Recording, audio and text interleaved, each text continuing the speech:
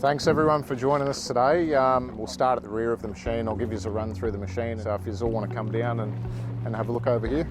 So what we've got here, we've got our SafeVac SV400 coupled to a PC490 excavator. We've got attached to the work tool end an SB4510 spreader beam with some 1200 vacuum shoes. Basically how the system works, it's not new technology, but we have adapted a lot of safety features. Up inside that green box that you see is our vacuum pump, which is hydraulically driven by the excavator itself.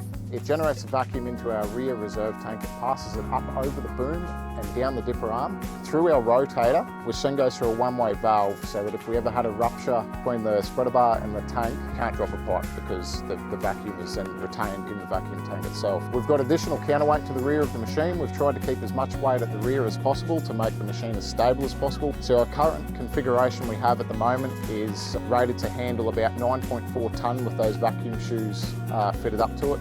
That beam is capable of a 10-tonne lift, which is all tested to 3 times its safe working load. On the base of our rotator is our one-way valve.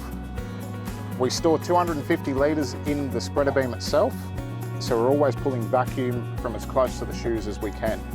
We have a vacuum control valve. It's spring applied, so if you lost power, you won't drop a pipe. Inside our spreader beam, we have inclinometers, so it tells the operator and warns the operator and bystanders whether the pipe's at too much of an incline or at too much of a roll. We have pressure transducers at either end of the beam, which give the operator a live feed into the monitor inside the cabin.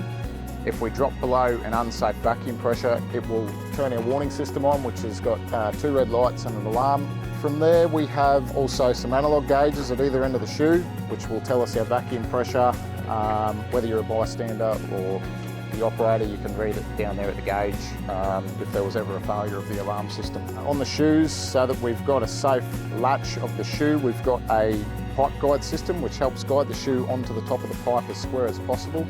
We have stowable legs, so the legs can always be stowed with the beam itself. We can unhitch the vacuum spreader bar off the machine and use the excavator as a conventional excavator. You put a rock breaker on or the bucket, whatever you need to do with the excavator.